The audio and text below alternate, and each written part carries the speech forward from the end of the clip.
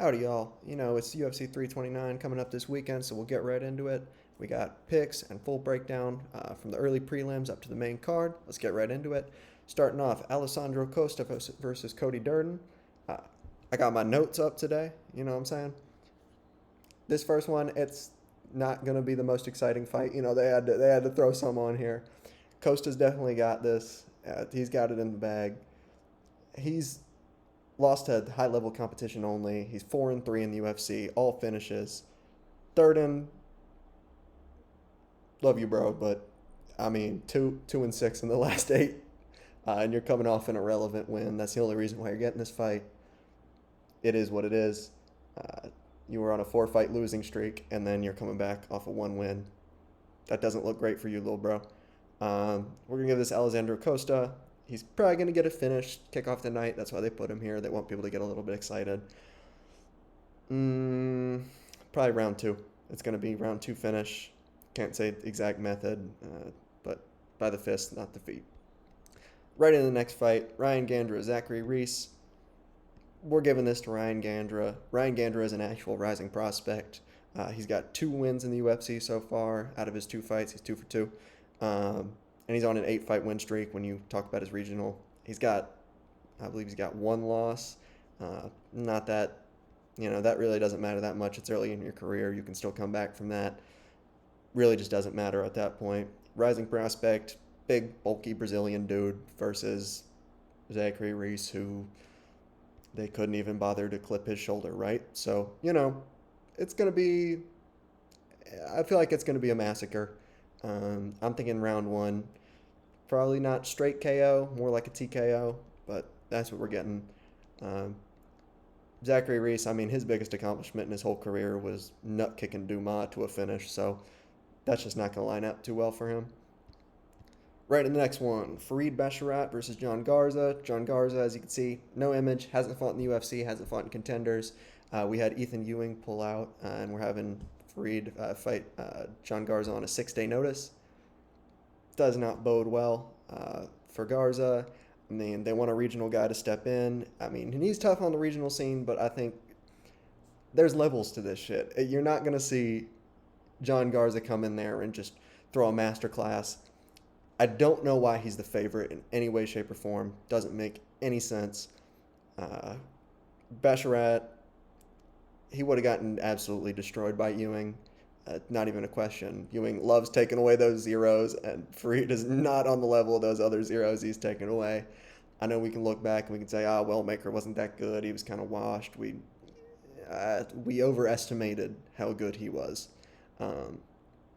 But Basharat has the experience. He's good enough where we're gonna see a fraud check hopefully in his next fight, but we're gonna see him take it to another boring decision. It's gonna be a boring decision. Go all 3 rounds. Not much is gonna happen. I mean, you never know. You could see you got that Mexican fighting spirit in Garza. He could come in. He could do some dirty work on the feet, but it's just not gonna happen. It's gonna be another boring Farid win. Just no. Look out for the next one. Hopefully he'll get a fraud check then. I don't think they really like him and they want to get him out of here. So we're going Farid on that one. Round 3 decision. Next up, Damian Pinas, Cesar Almeida. Yet another one where this early prelims it's telling. We know exactly what's going to happen. Damian Pinas, he's got power in his hands. Only loss was a DQ. Really heavy hands, great striking, on a hot streak.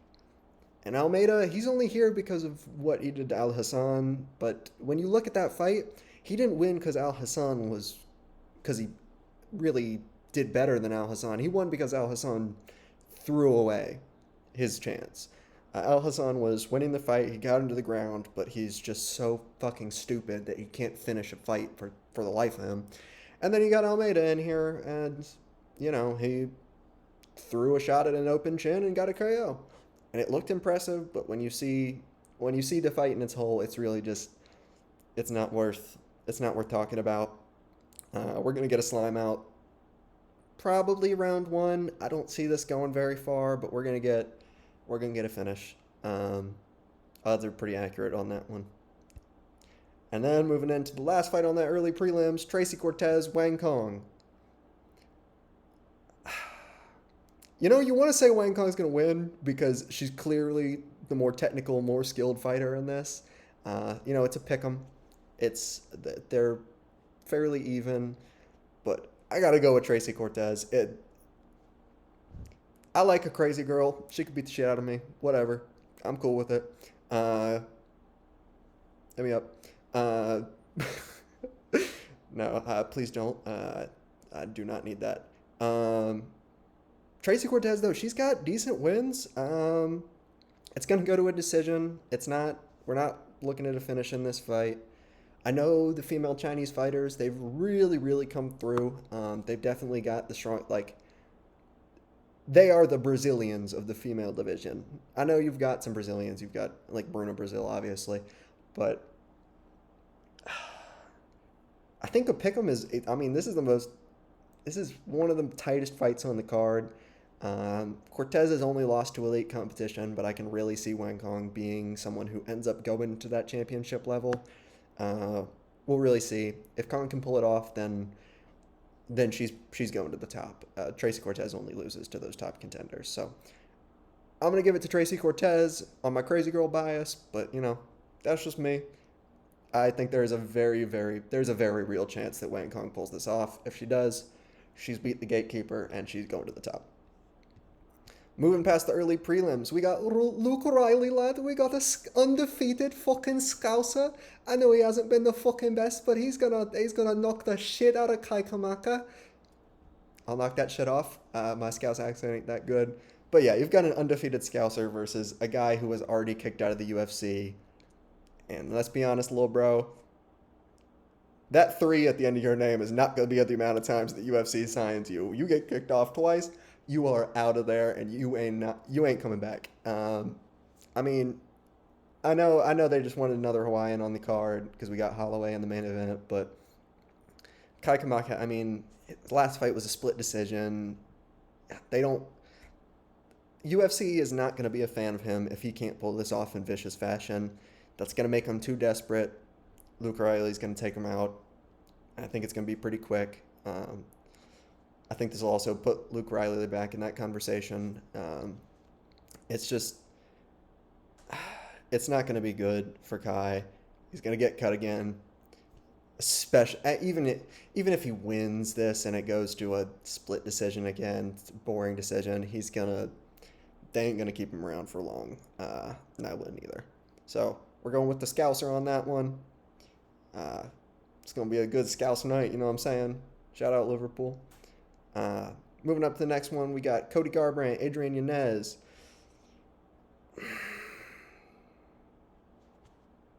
I hate the fucking tattoos, bro. I know everyone says it, but the tattoos are awful. At least get the knife one off. You can get that lasered off. And you got money, you can get that lasered off. But to be honest, I think Garbrandt's going to take this. I know his last fight wasn't that good. He was just getting brutally nut-kicked. Winning by getting kicked in the nuts, not a great way to come out. But Garbrandt's a crafty vet. They both got a Rob Font loss, which means I really don't think either of them are going anywhere. Rob Font isn't that top-level competition that you need. So we're going to see Cody Garbrandt. We're going to see it taken to a decision. It's not going to be a particularly exciting fight. Despite all the tattoos, he's not really a brawler like that. He doesn't have that. He doesn't have that dog in him. He might have that dog on him, but he doesn't have it in him. You know what I'm saying? It's all appearances. I got no love for no love. You know what I'm saying? So we're gonna see Cody Garbrandt take the win by decision. No idea why Yanez is an underdog here or is a favorite here. He's not doing well. We're going to see that crafty vet win.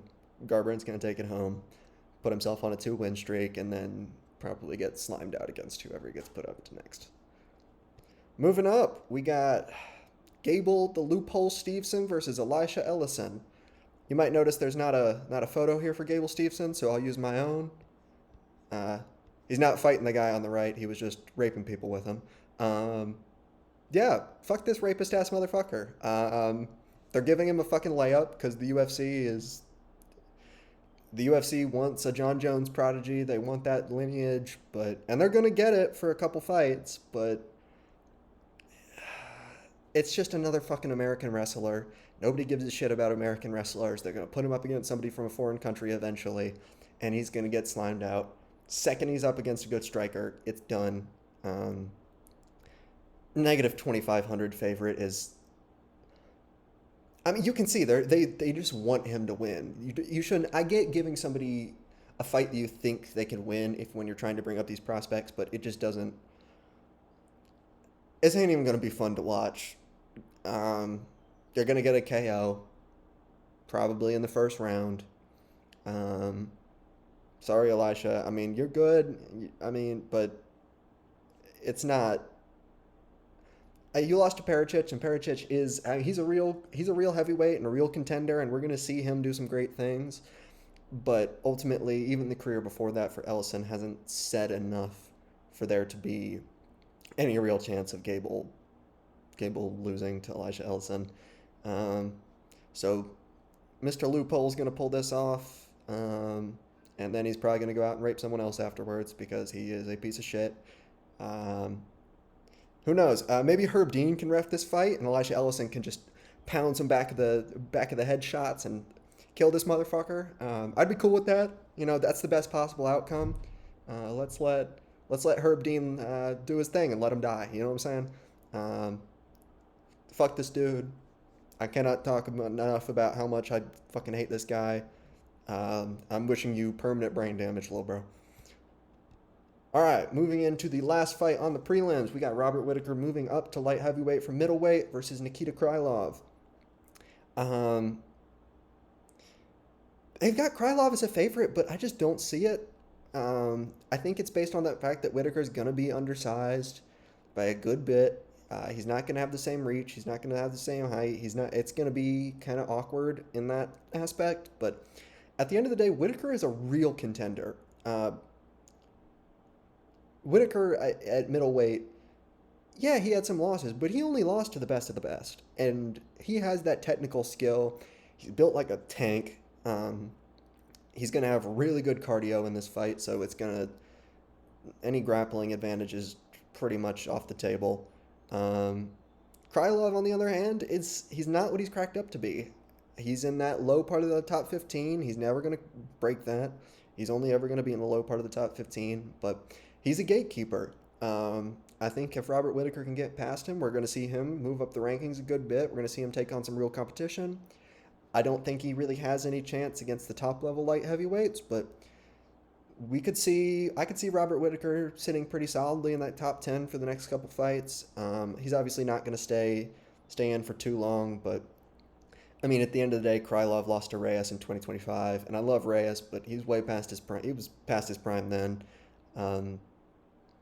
He's not what he's cracked up to be. He should not be the favorite in this, and size isn't going to make that much of a difference when there's this big of a skill gap between the two. It's just not going to be close. I'm thinking Whitaker, we're probably going to see it get taken to a decision. When you move up like that, you don't have the weight to have the finishing potential that you need. So we're going to see Whitaker take this to a unanimous decision. Yeah. And that brings us to the end of the prelims. Moving on to the main card. And we got bangers. Like, this card's great.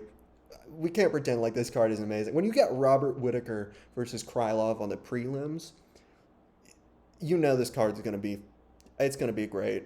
Although every time you end up saying that, you end up getting a bunch of boring decisions. And then you look at a card that you think is going to be super boring, and then you're going to get all finishes because these motherfuckers are fighting for their house. Bobby Green, ain't calling him king. Grown-ass man, don't use a stage name, corny. Versus Terrence McKinney.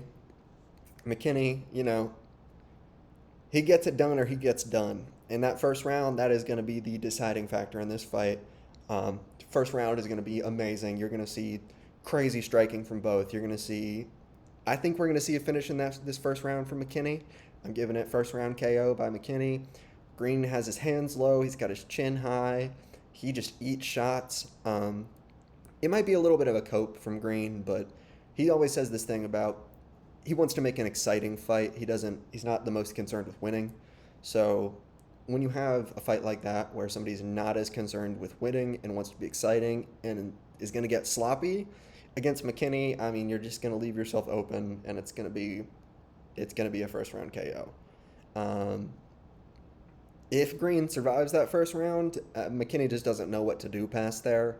So if we see it go past there, we're not going to see a finish. We're going to see a decision. We're going to see Green walk him down for 3 rounds, and it's not going to be good.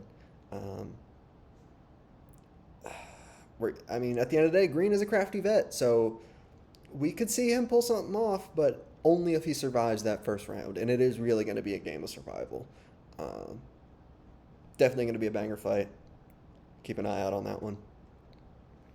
Brandon Royval, Loner Kavanaugh, or however, Lonnie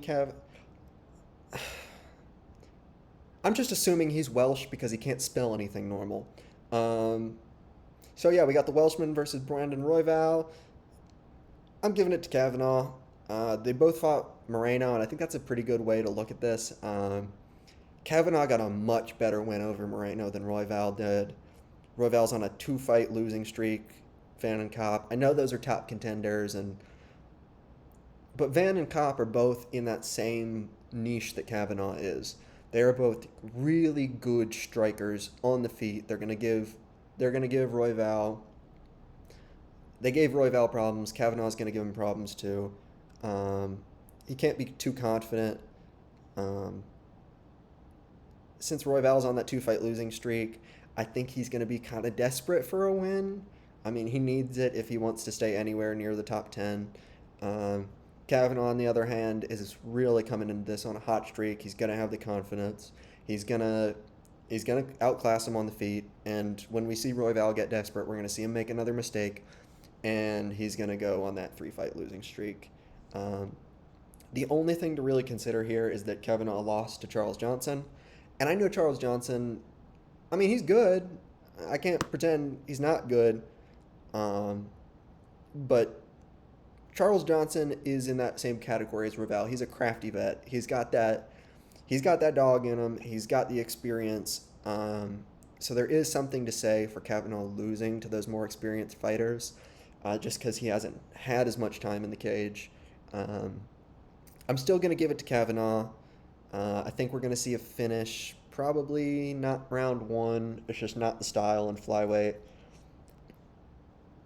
I think, honestly, because Royval is so desperate for a win, when we get to that 3rd round, Kavanaugh's going to be outclassing him, outscoring him. We're going to see Kavanaugh take 2 rounds. Going into the 3rd, Royval's going to get desperate, and we're going to see a 3rd round finish from Kavanaugh. Put him in really good standing. I think that it makes him a real contender for that flyweight title, but the way flyweight is right now, he's not touching that. He's not getting anywhere near that title for probably another year or 2. They've just got so many contenders that are lined up for that belt. You got to do Pantoja. You're gonna have to do Kopp, and so that Kavanaugh's not gonna get near that belt for another year and a half, 2 years. They'll give him obviously a couple fights in the interim. I would say give him 2 fights in the interim. Make sure he's up to snuff. If he gets solid wins in those fights, you can start putting him up for the title against whoever that will end up being. Honestly, I think it's still probably going to be. I think Van's going to defend against Kopp and Pantoja. Pantoja's a little washed. Kopp's going to be a real scrap for him. So the real question is, Lonnie Kavanaugh, that's going to be a title fight at some point against either Kopp or Van. Moving into our 3rd to last fight of the night, we got Corey Sandhagen, Mario Batista. We got the Unk fight. I mean, at the end of the day, these are 2 people with really long records in the UFC. Corey Sandhagen's the favorite, and I think that's the right choice. Batista's record is really deceptive. You look at it and you think that Mario Batista is doing well, but he just isn't. Let's look at his last 4 fights. He's got Vinicius Oliveira, who just had a win over Andre Fili by cheating. That's the only way he pulled that off. His finishing combination was just cheating. And Vinicius Oliveira in general just isn't top level. We're not going to see him get anywhere near a title. He lost to Umar, understandable. I mean, just it was Umar, and he was doing very well at the time. But that's his loss. He has a win over Patchy Mix right before that, who is just absolute dog shit. Send him back to the regional scene. We don't need him. Go back to PFL. Get eaten alive. You're in the UFC too late, and you didn't have the skill to do it. So that Patchy Mix win means literally nothing to me. And right before that, he had Aldo. Aldo is a legend, but Aldo, he stayed way too long. I think we all know that. Maybe he had some financial troubles. I don't know what it is, but Aldo doesn't need to be here. It's completely unnecessary. So that Batista win over a recent Aldo, you might as well beat a regional guy. So you've got Patchy Mix, Aldo, and Vinicius are his last 3 wins. None of those bode well. Corey Sandhagen, he's only fought really elite competition for the last 6 years. 6 years of fighting the best of the best. Granted, he also lost to Umar, but it just doesn't. Umar was on that hot streak. I don't think that really says anything here. Not to mention, Sandhagen already has a win over Batista. I mean, it was years ago. Batista's changed, but I don't know if Batista's really changed for the better. I think he's lost his momentum. Corey's doesn't really have that momentum either. I don't think we're going to see Corey get near a title. I think we're probably going to see they're going to run Marab, Jan, finish out the trilogy there. But I think Sandhagen's going to pull this off. We're going to see him take it to a decision. It's not going to be particularly exciting. But we're going to see Sandhagen take it to a decision, unanimous decision, and then they'll run Sandhagen versus O'Malley. And that'll be a good fight. It'll be another walk in the park for O'Malley so they can keep him on that back burner and put him back in the title contention. We've got a really good lineup in bantamweight for we're going to have that Jan Marab rematch, get the trilogy done. That's a toss-up. I think Jan's going to outclass him on the feet. And then we'll have the Sugar Sean versus Jan rematch. That'll be really great. Another toss-up. But in the meantime, Sandhagen's going to win. Sugar Sean fought pretty recently, so you can match them up on the same card super easy without delaying them too much. And then we'll see Sugar Sean fight for the title after. Moving into the co-main event, we got Benoit Saint-Denis, fucking French little bastard, hate that motherfucker, versus Paddy Pimblett. And I don't just hate Benoit Saint-Denis because he's French. I hate him because he's a war criminal. Like, this dude is a piece of shit. I want to see him get slimed out. I want to see him get fraud checked. It's another case of Mario Batista where BSD's wins are completely meaningless. He won over Hooker and Dariush in his last 2. Let me say that again. Hooker and Dariush. They are the punching bags of the lightweight division. I mean, respect for their careers and what they've done in the sport, but like at this point, you give somebody Dariush and you give somebody Hooker because you want the other person to get a highlight reel. Before that, I mean, he was fighting people who didn't know how to wrestle. Hoofy's amazing. Hoofy will go far, but Hoofy doesn't have the ground game that Paddy does. As where Paddy, yeah, he's coming off a loss, but the loss to Justin right now, that's looking real good. That is aged like wine. He took Justin Gaethje to a 5-round, very close decision. Some people even thought Pimblett won. I didn't. I think Justin won pretty clearly in that. But at the end of the day, he stood and banged with Gaethje for 5 rounds. Ilia Topuria, who a lot of people consider the best striker in the UFC right now, or at least the best boxer, he couldn't last 5 rounds with Justin. He got his face beat the fuck up. Paddy got that steel chin. We got a Scouser. I'm telling you, we're gonna have a Scouse night. Liverpool's gonna be going crazy. We're gonna have Paddy Pimblett. We're gonna have him take the win. A lot of people are giving Benoit way too much credit on the ground game, but his wins on the ground are against people who can't wrestle very well. As we're Petty Pimblett, he's got that Scouse Jitsu. He's got really good ground game, good submissions. He chose not to use it against Justin, which was a stupid decision. Made for an exciting fight, but it would have worked a lot better if he had tried to mix in a little bit of ground game. If BSD does get some takedowns, which I can see BSD getting a takedown. I would say BSD is going to get about 3 takedowns, but Pimblett's either going to get right back up or he's going to use that to his advantage to move into a more submittable position. Yeah, we're not going to see Benoit look the same as he did against his previous competition. I'm not going to call it a fraud check. BSD's got some talent, but it's not the same. Paddy Pimblett is a real title contender. We're going to see him win this, put him up against Ilya. Crazy press conference. We're going to see that beef reignite. It's going to be fun. It's what the UFC wants. Although, if there's one thing we know about MMA, it's that it's always what we don't expect. So, Benoit's got a real chance here. I don't think he should be the favorite. I think Paddy is that world-class fighter, is that guy who's going to end up fighting for the title. Benoit is going to end up... I don't know if I'm crazy for this, but I feel like he's going to end up in that Masvidal range, where it's... You're not fighting for a title. They're going to give you good fights. They know you're exciting. They're going to give you exciting fights, but he's not going to get anywhere close to a title after this for a long time. So anyway, hope that War Criminal's ass gets beat. Look up what his unit did in the Central African Republic. Fucking awful. This man is a horrible human being. I hope Paddy Pimblett beats his ass. Let's go Liverpool. Yeah. So Paddy Pimblett. We could see a submission in the mid rounds, round 3, round 4 submission.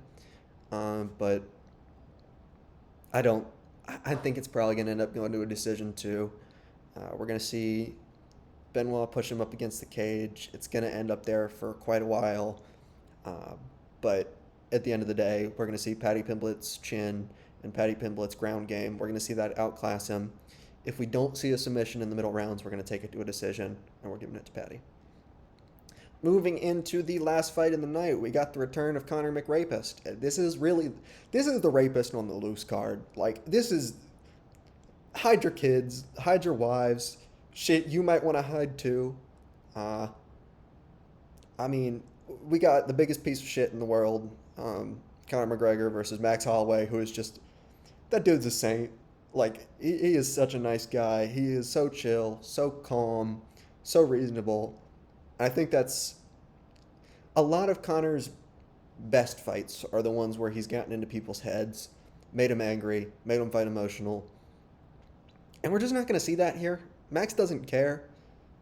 We're going to find out Saturday night, but it's going to...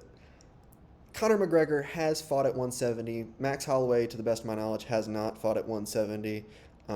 So they're both moving up. But honestly, I think that extra weight is worse for McGregor. He's been off for 5 years already. When you're off for 5 years, you're going to slow down. Even if you've been sparring, even if you've been training hard, you are not going to have the same speed and the same slickness that really you associate with Conor McGregor. He's not going to be the same fighter that we knew, especially with that extra weight on him. I mean, even if he had come back to 155, which I don't know, obviously he doesn't want to cut to, but I think he probably could. He's not going to have the same speed. He's not going to have the same slickness. We're going to see him get outclassed on the feet consistently. As where Max Holloway has been fighting top-level competition for those 5 years that McGregor's been off. It's not even comparable. I know Conor's had that one fight at 170, but that was against a washed Cowboy Cerrone. I know he's an exciting fighter, but he's not top-level competition. Especially at the time, he wasn't. I also think I've been seeing this a lot. There's a lot of people talking about McGregor's ground game on this. And I think that's just fucking stupid. Like, that is beyond stupid. Yeah, he out-wrestled Holloway 13 years ago. Holloway 13 years ago couldn't grapple for shit. We just saw Holloway go 5 rounds and not get submitted by the best submission grappler in UFC history. You can't say, oh, Holloway's bad on the ground because he lost to Oliveira.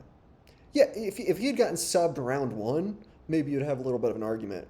But he lasted 5 rounds, which is in and of itself a real accomplishment for a guy who prides himself on his striking, on his volume. Lasting on the ground for 5 rounds with Oliveira is an accomplishment. That is better than a win over a mediocre grappler, if we're being honest. Like, I see more value and more potential in Holloway as a grappler for surviving against Oliveira than I would against him submitting like Dan Hooker or something. It wouldn't mean anything to me if he were to submit a mediocre grappler. But surviving against the best, that means that you are top level. I think Holloway isn't the biggest finisher. There will be a little bit of extra finishing potential with that weight on him. This is a decision. We're just waiting to happen. The only way we're getting to finish is if McGregor tries to come out too confident, tries to come out with the power, tries to grapple. Holloway's going to stuff that grappling. It's not going to make a difference. And McGregor will give up. If he gasses, McGregor will give up. It's what he does. He doesn't like adversity. He likes a layup. He likes it to effectively execute his game plan. But there just isn't a game plan here that can work against Max unless it's a really lucky shot in the first round. That extra power gives him that chance. But I just don't think we're going to see it. We're going to see it go to the 5th round. We're going to see a nice moment. I mean, we're going to see a Holloway point down in that 5th round. I think we're going to see Holloway winning. Maybe not round 1. I think Conor might be able to take round 1 on the striking, but not get a finish. And then we're going to see 2, 3, 4 go Holloway. Holloway's going to be winning, and he's going to get his confidence, go out there, give him the good old point down at the end, and we're going to see. I don't think it's going to end the same way Justin was. I mean, we're never going to see that, especially against like someone like McGregor. That would go down as, I mean, we already saw the Gaethje moment go down as one of the greatest in UFC history, if not the greatest finish in UFC history. Gaethje that man loves being a part of history, I swear to God. I know we can't read the Constitution or Declaration of Independence or whatever, but he loves history. People sleep on that. He's a big part of history, even if he can't read the books about it. Much love, bro. So we're going to see Holloway. I think we're going to see Holloway unanimous decision. He's going to take 2, 3, 4, 5. I think it's going to be. We're going to see McGregor get outclassed. We're going to see at least one rapist on this fucking card get beat. Gets a vindication for Gable Steveson, but who knows? I mean, throw Steveson against throw him against Hokit. I know they have this thing where they like waiting. They like these big matchups, especially among contenders. They like to kind of wait it out and hope that it comes on something when they're a little bit higher in the rankings. But I think if you're not giving Hokit, I mean, obviously Gable will have to get 1 or 2 more to get up to that point. But if we see Hokit get 1 more win, no. Hokit's going to end up fighting Pereira. And that's just what they're going to give him at this point. If Hokit loses against Pereira, you can make a Gable fight pretty quick. Give Gable 1 more. Gable wins that one. Put him up against a Hokit off a loss on Pereira. If he wins against Pereira, they're not going to come anywhere near each other for a couple years. But there's my picks. For the full card, UFC 329 is going to be a banger. I don't think it's going to put the White House to shame. Unfortunately, I just don't think we're never going to get close to the White House card again. Nothing's going to be like that. But this is going to be a real good card. We're getting the Wagyu. We're getting exactly what McGregor said. They don't put me on UFC 200. They don't put me on UFC 300. They put me on UFC 201, 301. I'm the Wagyu. Yeah, I think that's what. I mean, we got exactly what we asked for. I think this is it's a wind down a bit, and then we're going to get into UFC 330, and it's going to be winded down a little bit more.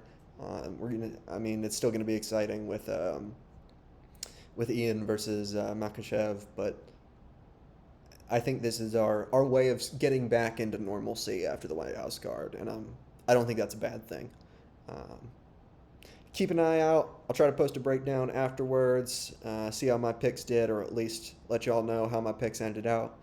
But I think we're going to have a real good card this weekend, and I think we are going to have a great night of fights. Peace out, y'all. Stay safe. Have a good one.